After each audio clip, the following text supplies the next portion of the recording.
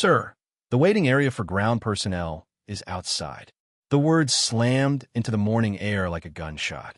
Donna didn't whisper them. She didn't stutter. She aimed them at Jordan Davis like a command, sharp and public, while half a dozen staff stood frozen behind the glass. This was the moment the world stopped.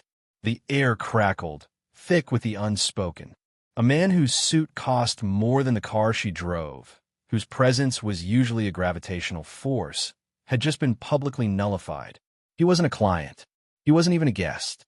In her eyes, he was just a worker who had forgotten his place, and she was there to put him back in it. And then she twisted the knife. Donna's hand sliced through the air, a cold, practiced flick. A gesture not meant to guide, but to erase. It was the kind of dismissal reserved for something you'd scrape off your shoe, a gesture that said, "You are nothing to me." The smirks from his staff behind the glass widened. The silence in the lounge deepened, heavy with anticipation. Everyone was waiting for him to break. Jordan didn't argue. He didn't explain. He didn't even tell her who he was. Instead, he gave the faintest nod and turned away. Calm, measured, dangerous. Because when power is silent, it isn't gone, it's loading. Now let me ask you, if this happened to you, if someone reduced you to nothing right in front of strangers, would you lash out? Or would you sit in silence, letting humiliation harden into something much sharper? The bench outside was metal, painted gray, streaked with rust at the edges. The kind of seat meant for baggage handlers on break, not men who control millions. Jordan lowered himself slowly, his suit catching the light while the cold steel bit into his back. A gust of wind hit him, carrying the scent of jet fuel, sharp and metallic. The laughter inside the lounge was muffled by glass, but he felt it. Every vibration, every glance pressed against the window, weighed on him like a spotlight. But Jordan didn't flinch. His posture was perfect, his gaze level. He sat like a man carved from stone, and that silence unsettled them more than anger ever could. The humiliation was real, the injustice undeniable. But Jordan Davis wasn't built to crumble. He was built to calculate. And while Donna straightened her blazer, pretending she had done nothing more than enforce policy, Jordan slipped a hand into his pocket and pulled out his phone. No long text, no angry call, just a single, surgical message. One line, one trigger. Then he set the phone face down beside him on the bench. The glass doors reflected his image, a man cast out, framed by luxury behind him and concrete beneath him. To them, he looked small, powerless, out of place. But in 5 minutes, that illusion would shatter, because the engines had already started to roar. Through the wide pane of spotless glass, the lounge became a theater. Inside, staff members lingered near the counters, pretending to rearrange champagne flutes or check guest lists. But their eyes betrayed them. Every glance slid back to the man outside on the bench, Jordan Davis, navy suit crisp against the cold steel. The laughter inside wasn't loud, but it carried. A muffled ripple, sharp enough to cut. Someone whispered, another nodded. One leaned closer to the glass, as though watching a strange performance. To them, Jordan wasn't a guest who had been denied entry. He was a curiosity, something to study, to gossip about, to silently judge. This was no longer just one woman's insult. It was a verdict delivered by a jury of smirking faces and knowing glances. The lounge had transformed into a courtroom, and Jordan was on trial for daring to exist in their space. Their shared silence was the sentence, and their stares were the prison bars locking him out. He doesn't belong here. And here's the twist. Jordan didn't shrink. He didn't lower his head. He sat tall, his back straight against the cold bench, his silence more powerful than their whispers. Every second of stillness unsettled them, because silence from someone they dismissed felt like defiance. Have you ever been judged before you even spoke a word? Have you ever felt the weight of eyes tearing you apart? Not because of what you did, but because of who you are? That's the prison of prejudice. It locks you in without a trial. Donna reappeared at the glass doors, standing like a gatekeeper. Her arms folded, her expression a mask of superiority. She didn't need to say anything else. The message was clear: stay outside. Watch luxury through the glass, but never touch it. The others followed her lead. One staff member smirked as he adjusted the cuff of his white shirt. Another sipped sparkling water slowly, as if savoring the privilege of being inside. Even the silence of the lounge was performative, a collective decision to make his exclusion part of their morning entertainment. Jordan's phone rested in his hand, but he didn't move yet. His thumb hovered above the screen, patient. He let the moment stretch, let the humiliation burn into memory. He wasn't angry. He was disciplined. And discipline, in this case, meant letting them think they had won. From the outside, it looked like a man left out in the cold. But from the inside, something else was brewing, a storm they didn't see coming. Because when a man like Jordan chooses patience over protest, it isn't surrender. It's strategy. Jordan Davis had learned long ago that patience could cut sharper than rage. To some, silence looked like surrender. But for him, silence was a blade, one he had sharpened since childhood. He wasn't born into the luxury of Gulfstream jets or crystal lounges. He grew up in spaces where doors were shut before he could even knock. Teachers questioned whether he was in the right class. Neighbors whispered about his family's ambition. At every step, someone tried to measure him by what they thought he should be, not what he was becoming. And so, he learned not to argue with those who dismissed him. He learned to outlast them. That habit of discipline stayed with him as he built his empire. He didn't climb by shouting his way into boardrooms. He climbed by preparing so thoroughly, so completely, that when the door finally opened, his presence was undeniable. By the time others noticed him, he was already indispensable. And now, sitting on that freezing bench outside the Starlight Jets lounge, he was practicing the same lesson. Donna had waved him away like he was invisible. The staff inside laughed behind glass, treating his exclusion as theater. Most men with his wealth would have exploded on the spot, demanded an apology, pulled out proof, maybe even threatened a lawsuit. But Jordan? He chose something different. He chose stillness. Think about that for a second. Would you have done the same? If you were humiliated, told you didn't belong in a place you had every right to be, would you sit quietly? Or would you rise in anger? Jordan's calm didn't come from weakness. It came from certainty. Because this morning, he wasn't just a passenger hoping for good service. He was something much more. Something no one in that lounge could see yet. His suit wasn't just fabric. It was armor. His stillness wasn't hesitation. It was a countdown. Every second he sat on that bench, every glance through the glass, every whisper of mockery, he was letting arrogance reveal itself fully. He wanted them to show their contempt without restraint, so that when the truth finally landed, it would hit like thunder. Jordan Davis was a man who understood leverage. In business, in life, and even in humiliation. He knew that the greatest victories weren't always loud. They were quiet setups that turned into crushing reversals. And on that morning, his patience wasn't an accident. It was strategy. The text he typed wasn't just a message. It was a trigger. In 5 minutes, the story would no longer belong to Donna or to the staff who smirked through the glass. It would belong to him. But here's the deeper truth. Jordan wasn't just thinking about himself. When Donna dismissed him, he didn't only hear her words. He heard an echo. The echo of generations told to wait outside. From buses to boardrooms, from classrooms to first-class cabins, the script had always been the same. That echo was louder than her voice, and he was determined to silence it. The bench beneath him was cold. The laughter inside was cruel, but his discipline turned both into fuel. He sat like a man preparing to rewrite the rules, not just for himself, but for anyone who had ever been pushed out of an elite space because of the color of their skin. And just as that thought settled in his mind, a sound cut through the morning air. Low, steady, growing louder with every second. The roar of jet engines. The countdown was almost over. The cold hit him first. A blast of morning air, sharp and unforgiving, as he stepped outside and lowered himself onto the metal bench. His custom navy blue suit, tailored to perfection, stitched in Milan, was no shield against the freezing steel biting through his body. It was a throne of insult. Through the glass doors, the lounge gleamed like a jewel box, champagne flutes catching the light, marble floors polished to a mirror shine, leather seats waiting for people they deemed worthy.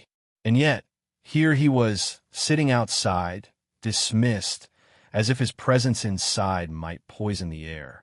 He didn't speak. He didn't flinch. But silence has a way of screaming louder than words. His stillness became a stage, and everyone inside the lounge was watching.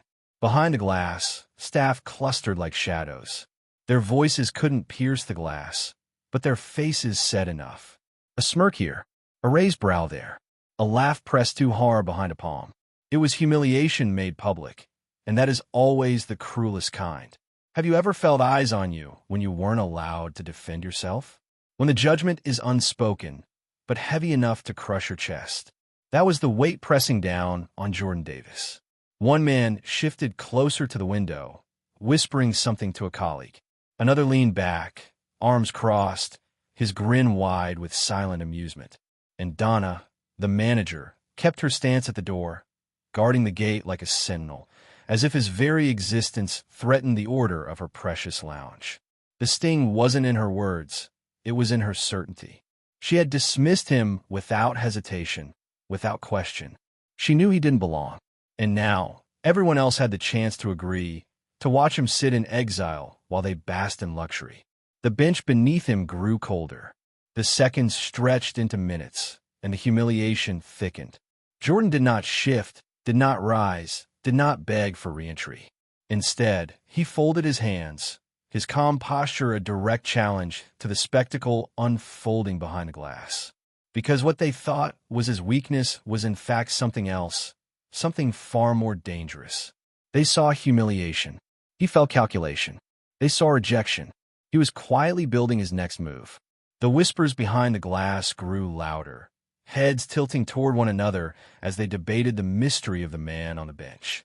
But none of them, not even Donna, could see the storm forming behind his eyes. And then, slowly, with deliberate calm, Jordan slipped a hand into his pocket and pulled out his phone. One message. That was all it would take. But who was he about to send it to? Jordan Davis sat motionless on the freezing metal bench, the morning air biting through his navy blue suit. To anyone passing by, he looked calm, too calm. But calmness can be deceiving. It wasn't peace. It was focus. Inside the lounge, behind the thick glass, staff members lingered like spectators at a cruel play. They whispered, smirked, and pretended to work while stealing glances at the man outside. They thought he had been humbled, pushed back into place. But Jordan wasn't humiliated in silence. He was calculating in silence. This wasn't the first time he had been told to wait outside. Those words carried history. From buses in Montgomery to boardrooms in Manhattan, the script had been recycled for generations. You don't belong here. Stay where we can't see you. Have you ever felt that way?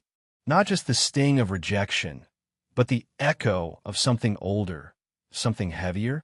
That's what pressed against Jordan's chest as Donna closed the door on him. It wasn't just about one lounge or one manager.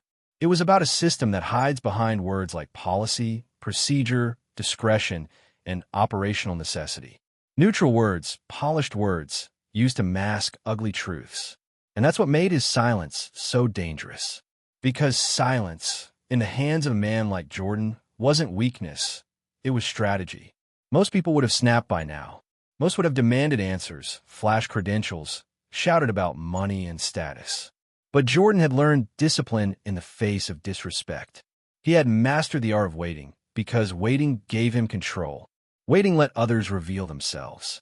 And the longer Donna and her staff believed they had the upper hand, the harder their fall would be. He thought about every black professional who had ever swallowed pride to keep a job, every student who stayed quiet in classrooms where their brilliance was doubted, every traveler who was questioned twice as much at security. That history was sitting with him on that bench. It wasn't rage, it was unspoken rage. And unspoken rage doesn't explode. It builds. The cold metal under him wasn't just a seat. It was a reminder. Power often forces you outside, but discipline gives you the patience to come back stronger. Jordan adjusted his cufflinks slowly, as if every movement was rehearsed.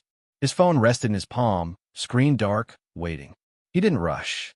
Timing was everything. In the silence, in the humiliation, he was setting the stage for something much larger than a personal victory. The whispers behind the glass grew louder. Donna smirked again, convinced she had put him in his place. But in her arrogance, she missed the most important detail. Jordan's stillness wasn't surrender, it was a countdown. And just as a breeze cut across the tarmac, Jordan's phone lit up. His thumb hovered above the screen, steady, deliberate. One press of a button, and everything they thought they controlled would unravel. But who, exactly, was waiting on the other end of that message? Inside, the staff still watched him like he was a sideshow. Their voices were muffled by the glass, but their smirks and hushed laughter carried clearly enough. To them, he had been dismissed, reduced, put in his place. But Jordan wasn't broken. He was building. His hand slipped slowly into his pocket. When it returned, it carried a phone that glowed faintly in the morning light. No one inside the lounge could see the screen. They only saw the calm set of his jaw, the unhurried rhythm of his breathing. His thumb hovered, then began to type. One line, no flourish, no explanation, just a single, precise sentence. The kind of message that doesn't need details because the power behind it is already understood. Think about that for a second. Have you ever sent a message knowing it would flip the entire room upside down? That was the weight of this moment. The irony cut deep. Donna thought she had locked him out, stripped him of access, reduced him to nothing but another shadow outside her pristine glass doors. Yet here he was, with a phone in his hand, reaching further and higher than she could even imagine. She had the lounge. He had the world. He paused after typing, his thumb resting gently over the send button. He wasn't rushing. Timing mattered. Every extra second he sat on that bench gave Donna and her staff more rope to hang themselves with. Every smirk, every sideways glance, every smug sip of champagne inside the lounge. They were piling onto the weight of their own undoing. And Jordan knew something they didn't. Humiliation, when endured with patience, turns into leverage. Inside, Donna adjusted her jacket, her confidence swelling as she chatted with a colleague. She believed she had enforced policy, that she had acted with discretion to protect her elite space. She had no idea that the very man she exiled was about to erase the ground she stood on. Jordan's face betrayed nothing. His silence, his stillness, his patience. It was the mask of someone who has already won, but is choosing the perfect moment to reveal it. The cold air around him grew heavier, almost charged, as if the very atmosphere understood that something irreversible was about to happen. Finally, without fanfare, without a single change in expression, Jordan pressed send. The screen dimmed, the message was gone. Invisible to the staff, invisible to Donna, but unstoppable in its reach. That one text was not a request. It was an instruction, a trigger, a spark to ignite the fire that would burn through the walls of Starlight jets. And then, silence again. He slipped the phone back into his pocket, crossed one leg over the other, and waited. 5 minutes. That's all it would take. But what exactly had he set in motion? At first, it was only a low hum, distant, steady like a storm still miles away.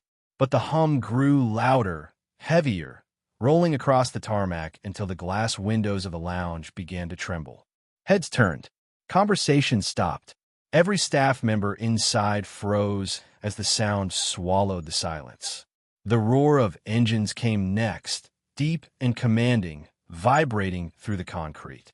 It wasn't a commuter jet or a random departure. No, this sound was deliberate, directed, meant for impact. The kind of sound that makes you look up, even if you don't want to. Jordan Davis sat still on the metal bench, his navy blue suit cutting a sharp figure against the gray morning. He didn't move. He didn't flinch, but his eyes, steady, focused, followed the sleek silhouette of the jet as it broke through the horizon. And this wasn't just any jet. This was a Gulfstream G700, the crown jewel of Starlight's fleet. Long polished, gleaming in the early sun. Its silver body caught the light like liquid steel. To own one was to own a throne in the sky. To see one roll directly toward a man on a bench was to witness something no one in that lounge had prepared for. "Why is it stopping here?" someone inside whispered. The words never left the safety of glass, but the question hung in the air like static. The jet slowed, tires screeching softly against the tarmac, and then it halted directly in front of Jordan. Engines rumbled like giants, clearing their throats, shaking every pane of glass in the lounge. Employees pressed closer to the windows, their laughter gone, their certainty fractured. Donna stood near the entrance, her hands tightening into fists. For a moment, her polished smile faltered. She had dismissed him minutes ago, sent him outside like he was nothing. Now, the most expensive aircraft in their fleet had parked at his feet. Have you ever seen power shift in real time? It doesn't move quietly. It crashes into the room, forcing everyone to recognize it. That's what was happening here. The sound of those engines wasn't just noise. It was judgment, roaring back louder than any apology Donna could have offered. The jet door hissed open. The metal staircase unfolded with precision, each clang of steel echoing across the tarmac. Inside the lounge, no one spoke. Every pair of eyes locked onto the stairs as a figure appeared in the doorway. The pilot, silver hair, captain's bars gleaming on his shoulders. A man seasoned not just by hours in the sky, but by authority that came from respect. He stepped out with calm precision, the wind catching his uniform. The tension inside the lounge thickened. Staff exchanged nervous glances, their earlier smugness dissolving into unease. Why was the captain ignoring them? Why was the jet here for him? The pilot began his descent, one slow, deliberate step at a time. But here's the detail that made the scene unforgettable. He didn't look at Donna, or at the staff, or even at the pristine lounge behind the glass. His eyes locked only on Jordan Davis, the man they had sent outside. The engines still roared, a metallic choir drowning out every excuse Donna might have prepared. Each step of the captain was a drumbeat, building toward a revelation no one in that building wanted to face. And then, at the bottom of the stairs, he straightened his jacket and kept walking. Straight past Donna, past the glass doors, past the stunned crowd of onlookers. He was walking directly toward Jordan. But what words would break the silence when he finally reached him? The engines still roared like thunder, rattling the glass walls of the Starlight Lounge. Everyone inside pressed closer to the window, their laughter gone, their certainty stripped away. A collective silence spread as the jet's staircase unfolded with heavy, deliberate clangs. And then he appeared. The pilot stepped into view, silver hair combed back, captain's bars gleaming on his shoulders, uniform crisp as if it had been ironed by discipline itself. He didn't rush. He didn't scan the crowd. He walked with a calm authority that belonged only to a man who had spent decades above the clouds. Every step down the staircase echoed like a drumbeat. Inside, the staff exchanged nervous glances. Donna stood frozen at the glass doors, her perfect smile collapsing into something stiff and uneasy. This wasn't the script she controlled. This wasn't the hierarchy she was used to defending. The pilot reached the tarmac, squared his shoulders, and started walking. The lounge doors loomed just feet away, but he didn't even glance at them. Donna's chest rose sharply as he passed, the sound of his shoes striking pavement cutting through her brittle confidence. He walked right by her. Not a word, not a nod, not even a flicker of recognition. Instead, his eyes fixed on the figure seated calmly on the freezing metal bench. The man she had dismissed as ground crew, unworthy of crystal chandeliers and leather chairs.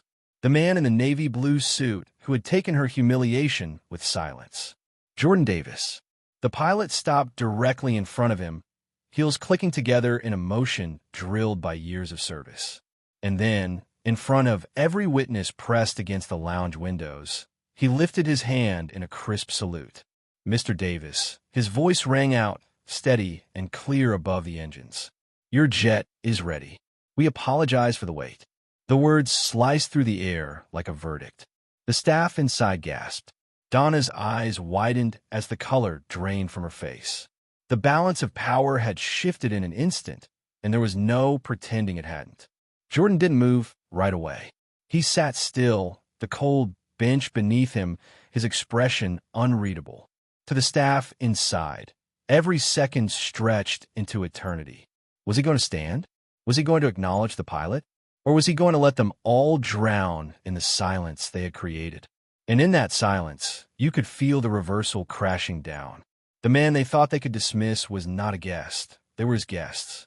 The humiliation they had placed on his shoulders now came back tenfold, and there was nothing they could do to stop it. Jordan slowly rose, brushing the chill from his suit. The simple motion of standing carried more weight than any outburst could. His calm was a storm they couldn't escape. The pilot held his salute until Jordan gave a slight nod, a gesture so subtle, yet so commanding that it cemented the truth. This wasn't about access. This was about authority. Donna's heels clicked sharply against the floor as she finally broke, rushing toward the doors. But what words could possibly save her now? Donna had always prided herself on control. Her posture, her tone, the way she could reduce a person to silence with a single clipped phrase.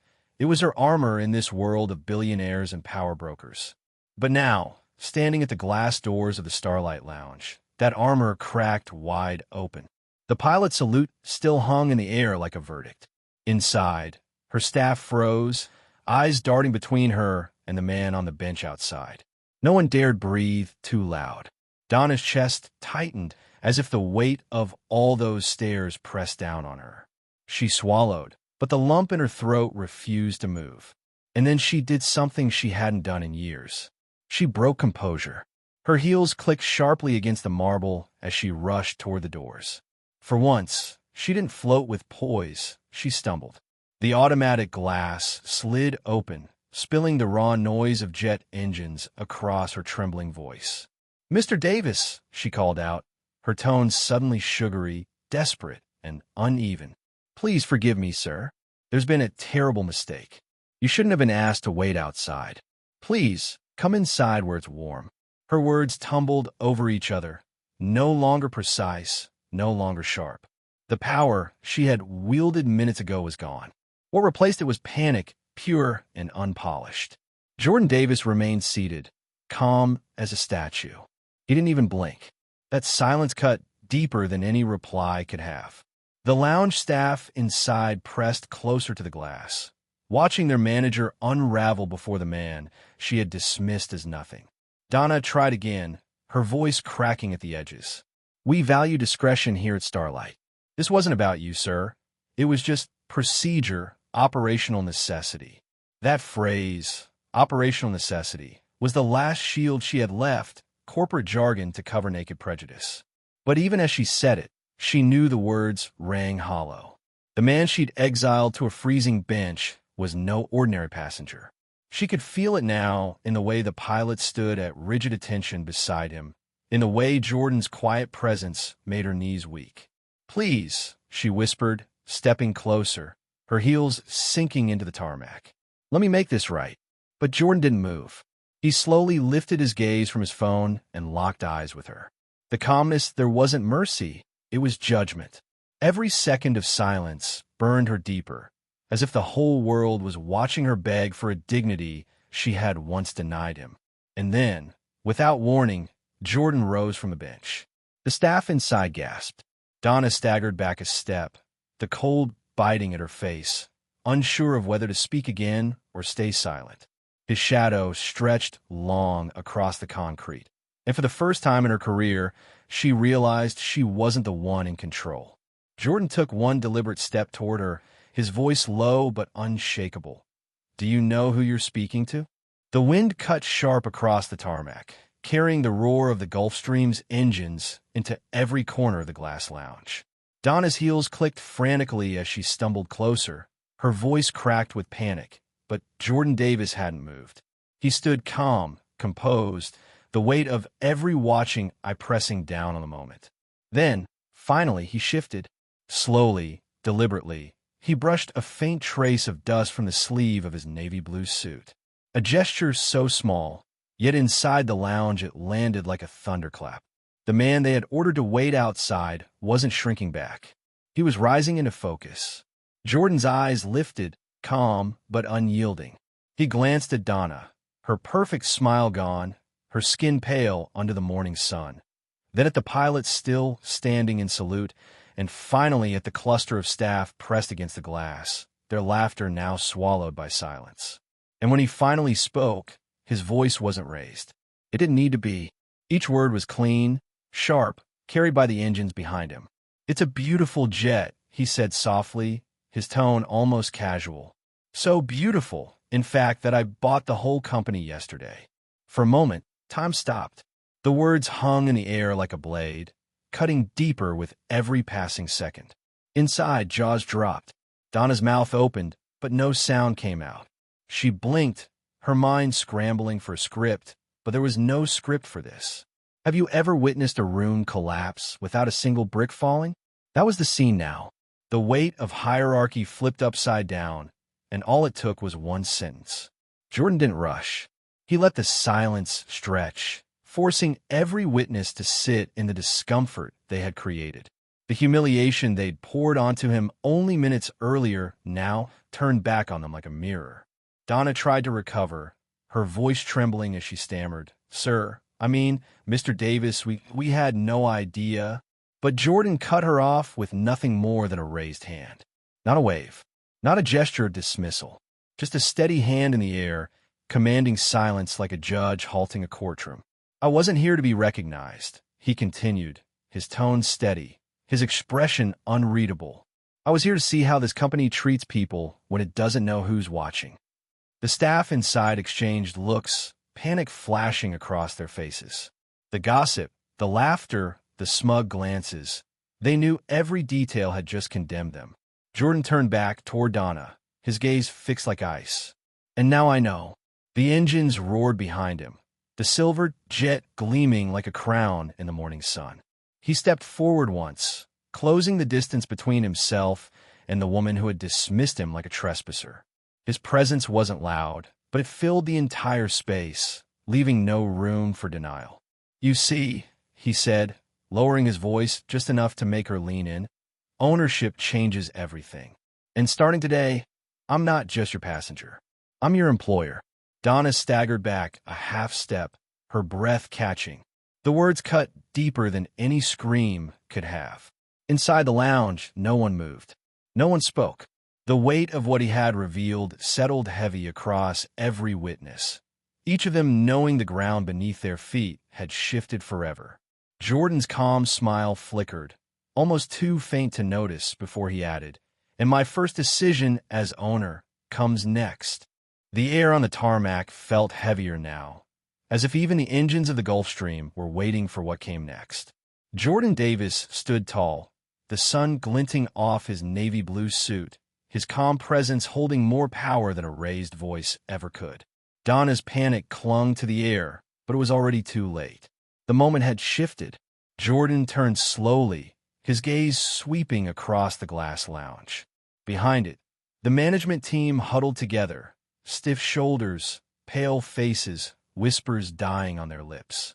They had been laughing at him minutes ago, gossiping about the ground staff sitting outside. Now they looked like defendants awaiting a verdict. He stepped forward, his shoes striking the pavement with deliberate rhythm. The silence made every step louder. Then he stopped, squared his shoulders, and let his voice carry through the open air. "You thought I was invisible," he began. "Just another black man in the wrong place. You laughed, you whispered, you pointed me to the cold bench outside while you sat in your crystal lounge. No one inside moved. There were statues frozen in shame." Jordan's tone never wavered. It was calm, measured, almost surgical. "This morning, I finalized the purchase of Starlight Jets. That means the culture of humiliation that lives in these walls ends today. My first act as owner is simple. You're fired. Every last one of you on the management team. Effective immediately." The words slammed into the lounge like a hammer. A collective gasp rippled through the staff. Donna stumbled backward, her manicured hand pressed against the glass, as though it could hold up the collapsing world behind her. But Jordan wasn't done. He took another step closer, his eyes steady. "This is not about revenge. It's about accountability. For too long, people like me have been told to wait outside, on buses, in boardrooms, even here, in a space built for so-called elites. You dressed it up as policy, as discretion, as operational necessity. But we both know the truth. The silence that followed was suffocating. The witnesses inside knew he was right, and that knowledge weighed heavier than any punishment. Jordan let the moment breathe, then cut deeper. You won't just lose your jobs. You'll be remembered as the reason Starlight changed forever. Your dismissal is the example, and it will ripple across the entire industry. That's your legacy. The words lingered like smoke, thick and inescapable. Even the pilot at Jordan's side stood straighter, the respect in his eyes a stark contrast to the shame inside the lounge. Donna opened her mouth as if to protest, but no sound came. For the first time, she had no script, no corporate phrase to shield herself. Her power had been stripped clean away. Jordan adjusted his cufflinks, his calm smile returning. Collect your things. Security will escort you off these premises within the hour. The management team shifted nervously, panic rising behind the glass. They looked trapped, like birds in a cage about to be flung into the open. Jordan turned toward the rest of the staff, his voice steady but sharp. For those who remain, the rules of this company just changed. The silence that followed Jordan Davis's judgment was heavier than the roar of any engine. The glass lounge that once glowed with power and privilege now felt like a cage of shame. Donna and her fellow managers stood frozen, their faces drained of color, their confidence shattered. The man they had mocked was not only their superior, he was their new owner. Jordan let the weight of the moment linger. He didn't rush. Every second of silence forced them to sit with their humiliation. Then, finally, he spoke. His tone wasn't raised, but the quiet steadiness made each word land with the force of a hammer. This morning I bought Starlight jets, he said. But make no mistake, this wasn't just a business move. This was about building a new standard. His voice carried across the tarmac, sharp enough to cut through glass.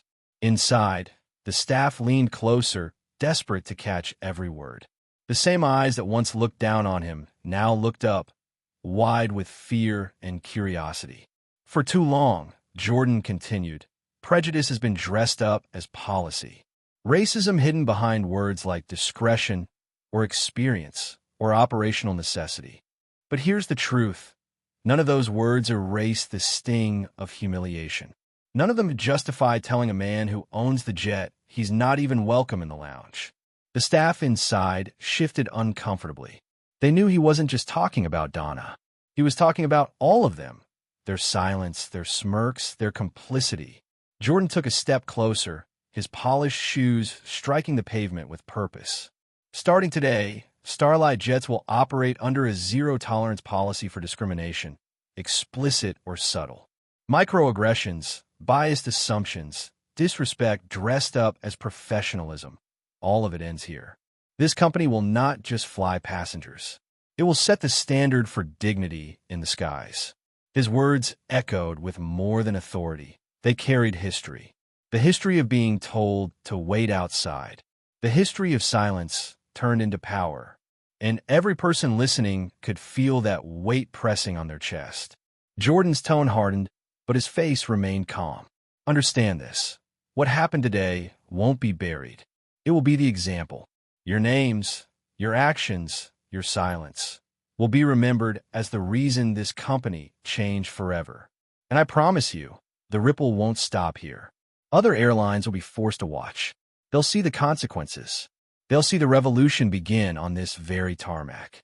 For a moment, even the jet engines seemed quieter, as if the sky itself leaned in to listen. He turned, scanning the faces beyond the glass. Some of you stood by and laughed. Some of you stayed quiet. But silence is complicity. From this moment forward, anyone who allows prejudice to thrive in this company will answer to me. That is the new standard. The words hit like a wave, sweeping through the lounge, shaking every listener. The fear in their eyes mixed with something else now, uncertainty. What did this mean for their future? For their jobs? For their reputations? Jordan straightened his cufflinks, the small gesture calm but commanding. Then he looked back at Donna, her body trembling, her lips parted as if to beg again. He didn't need to say her name. His gaze was enough. This won't just end here. he said, his tone low but unmistakable. "This is only the beginning. From today forward, the skies will remember who was told to wait outside and who rewrote the rules." He let the silence settle once more. The moment was no longer about a single lounge or a single manager or even a single company. It was about shifting an entire culture, cracking open the glass walls that had kept people out for generations. As Jordan turned toward the steps of his jet, the staff inside whispered nervously, and one question spread like wildfire. If this is only the beginning, what comes next?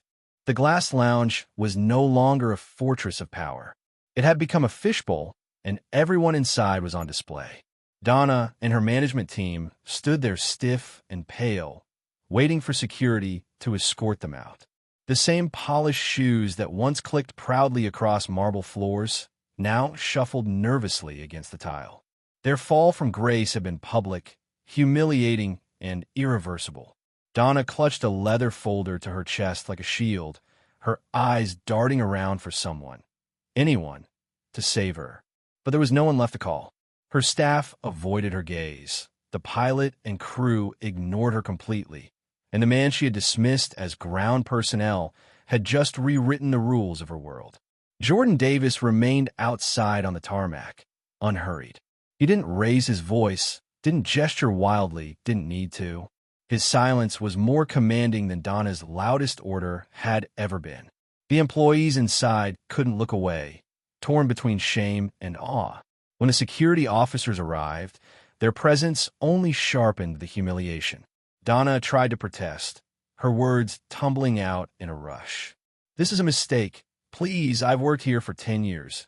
I didn't mean," but the guards didn't even flinch. They simply gestured to the door, their faces blank with indifference.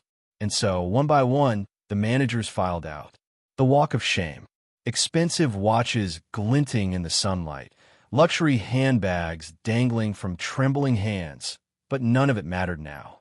They weren't symbols of status anymore. They were props in a story of downfall. Donna went last. Her heels clicked unevenly across the concrete, each step sounding more desperate than the last. She glanced at Jordan, hoping for a flicker of mercy, but found none. He didn't gloat. He didn't even speak. He simply turned away, the dismissal more cutting than any insult could ever be. The air shifted once they were gone. It was lighter, cleaner, like the entire airport exhaled. The remaining staff straightened their shoulders, some relieved, others still shaken. They had witnessed not just a firing, but a transformation. The man who had been told to sit outside had just walked them into a new era. Jordan finally moved, walking toward the sleek staircase that led up to his Gulfstream G700. The pilot stood at the base of the steps, waiting with quiet respect. As Jordan approached, the captain gave a subtle nod, not just to a client, but to a leader. Behind him, the crew mirrored that respect. Their eyes followed Jordan, not with suspicion or condescension, but with the kind of regard usually reserved for heads of state. Jordan paused at the bottom step. He glanced back once, not at Donna, not at the managers already being escorted off the property, but the younger employees still standing inside the lounge. Their faces were pressed against the glass, wide-eyed and searching. Some looked inspired. Others looked afraid. All of them looked changed. Then he ascended, step by step, slow and steady, like a man walking into history. His navy blue suit caught the sunlight, his presence commanding without a single word. When he reached the top, he turned, scanning the tarmac one final time. For the first time that morning, he allowed himself a small, quiet breath. The door to the jet swung open. The crew stood, ready to welcome him aboard. The humiliation he endured on that cold metal bench just an hour earlier was gone, replaced with dignity and power. But the story wasn't finished. Jordan's calm smile hinted at something deeper, something he hadn't yet revealed. As the jet engines roared to life, one question hung in the air like static. What exactly did he write in that one text message that set all of this in motion? The hum of the Gulfstream's engines filled the cabin, a steady drumbeat of absolute power. Jordan sat alone, the city skyline glittering faintly through the oval window. The leather seat molded around him, a world away from the cold metal bench he'd occupied just hours before. His mind wasn't on comfort. It was on the moment that had flipped an entire company on its axis. The humiliation at the glass doors was still sharp, the cold dismissal, the silent stares, the order to wait outside. For most, that memory would burn as shame. For Jordan, it burned as fuel. And it all came down to one message. He pulled out his phone, a faint smile playing on his lips. Such a small, ordinary device to hold the power of a corporate guillotine. Yet, this simple tool had carried a command that erased an entire management team and shattered a culture of arrogance. This is what he had typed. Execute Protocol 7. Teterboro. For words. Not an argument or an explanation. A trigger. A cold, surgical command that implied this wasn't an unforeseen problem, but a contingency he had prepared for long ago. The staff never saw the message. Donna never saw it, but they felt its shockwave. When a silver-haired pilot saluted Jordan, when Donna's composure crumbled into dust, when an empire of quiet prejudice collapsed in seconds, that was the result of a protocol. It wasn't rage. It was a reckoning. A strike delivered with the chilling calm of a man who doesn't just play the game, but owns the entire board. Think about it. How often is policy used as a shield for prejudice? How often is discretion weaponized to humiliate someone so quietly that there's nothing to point to later but a misunderstanding? That morning, those excuses evaporated under the weight of a protocol designed to eliminate them. But Jordan's story isn't an isolated incident. It's a headline for 1,000 silent stories that happen every day. Maybe you felt it yourself. The side eye at the gate. The random search that never feels random. The sting of being judged before you open your mouth. Most times, there is no Protocol 7 to turn the tables. No jet to roar to your defense. Just a quiet ache of being told you don't belong. This is where the story stops being about him and starts being about us. What if you were there, watching him be told to wait outside? Would you have spoken? Now it's your turn to decide. Will this just be another story you watched online? Or will it be a mirror you can't turn away from? If you believe dignity should never depend on skin color, if you believe silence is dangerous, then speak here. Comment your thoughts, share this story, and subscribe. Every subscription fuels this platform and keeps these stories alive. It ensures the next brilliant mind isn't dismissed with a wave and told to wait outside before they even get a chance to speak. Jordan's act was not revenge. It was blueprint, a new standard, a model for what happens when silence is broken with authority, when dignity is defended without apology. That morning at Teterboro, he didn't just buy an airline. He bought a stage. And on that stage, he turned humiliation into policy change.